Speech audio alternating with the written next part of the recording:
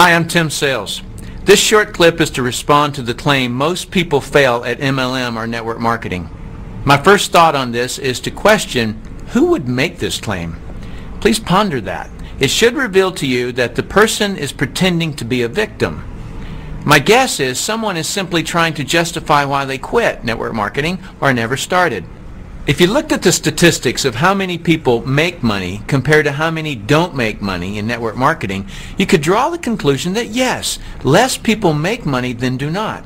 But why people act as though this is any different than anything else is unknown to me, because the same could be said about anything people attempt. By the way, every time I say fail, I want you to picture the word fail in quotes. I'll explain why in a couple of minutes. Factually, most people who open a stock trading account fail at trading stocks.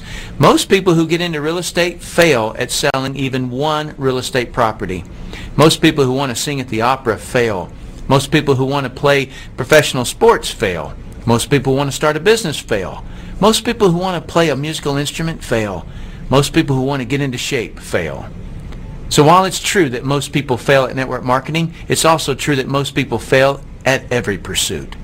The wise and logical thing to do is not look at the percentage that failed, but to look at what they did to fail versus what people that succeeded did to succeed. For those who have never been in network marketing, please allow me to explain to you how misleading this claim that most people fail actually is. To get into a network marketing company, it typically takes less than $50 to purchase a starter kit, which is all that is required to join a company. And logically, a new person will purchase some products so they'll know what they're selling.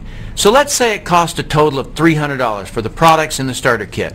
Now, according to the people who claim that most people fail, if that person who bought their kit stops doing the business at any time in the future, they failed.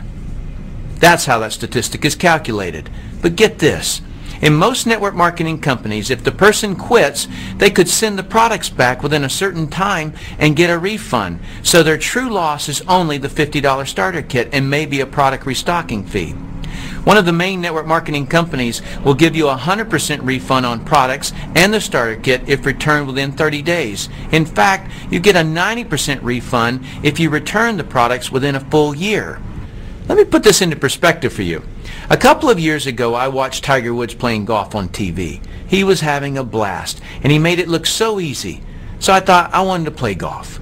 I grabbed my wife and we went to a golf driving range near our house. We just happened to have our camera with us so we can recreate this experience for you. We weren't horrible at it and thought it would be fun and challenging to get involved with golf. We both went down to the local golfsmith store and bought some golf clubs, bags, shoes, balls, and a couple of training books and DVDs. Walked out an hour later having spent $4,000. We went to the driving range a few times to practice, which cost us about $20 each trip. We played a couple of times at a local golf course for about $80 plus $30 to ride in a little golf cart. So it was about $110 each time we played. I then read about a beautiful golf course in Naples, Florida at the Ritz-Carlton Resort. We drove there and it cost us about $700 a night to stay at the hotel and $200 each to play the course. That day, we played. It was around 100 degrees outside and we sweated for 4 hours straight. I played terrible and hated the experience. I hated it primarily because I performed terribly and the heat made it very uncomfortable. We left Naples having spent $1,200. When we got home, I threw the clubs in the garage and haven't played since. So my golf experience cost me about $5,000, of which none of it was refundable. Why didn't I post up a website and write about how the golf industry is ripping people off, and when you look at the statistics, the odds of playing golf like Tiger Woods is less than 0.0001%? Why didn't I scream and yell about the unfairness that the actual cost of the golf club is only about $6, but Golfsmith charged me $100 each club? I didn't post a website like that because I'm not playing victim. I know what happened. I didn't fail at golf. I quit. Allow me to point out some similarities between my golf experience and network marketing. Watching Tiger Woods having fun was like me going to a business presentation and getting excited. Going to the driving range with my wife was like asking a friend to join me. It looked fun and we thought we would be able to do well at it. Buying the golf clubs and all of the gear was like buying a starter kit with some products, although I spent a lot more money on golf clubs. Buying the books and training DVDs is similar to buying the training materials in network marketing. The fact that I didn't perform to my expectations that day in Naples is very similar to someone not having immediate success in network marketing. What I am sure of is that every person who is a professional golfer has had days where they didn't play to their expectations, but they evidently didn't quit. They stuck to it. Their interest in being great at golf was greater than their interest in quitting. The truth is, I didn't fail at golf. I quit golf. All the millions and millions of people who have golf clubs in their garage and aren't playing golf now didn't fail at golf either. They quit. The true facts are, it takes no effort to quit network marketing. Just throw your kit in the garage and not do it anymore. That's all it takes to quit. So when you hear people claim that most people fail in network marketing, picture all the golf clubs in people's garages, all the gym memberships that are inactive, all the in-home exercise equipment that have clothes hanging on them and haven't been used in months, all the musical instruments sitting unused in their cases, and all the real estate no money down seminar tape sets sitting in the closets or on the bookshelves unused. If someone is going to claim to you that most people fail or most don't make money in network marketing, ask them to put it into perspective compared to all the other things people attempt to do. If they have integrity, they will say, it isn't any different. Most people quit at everything. In fact, in my early days, I did quit network marketing for about 2 weeks. Then decided that I wasn't going to quit because it was my only shot at making big money.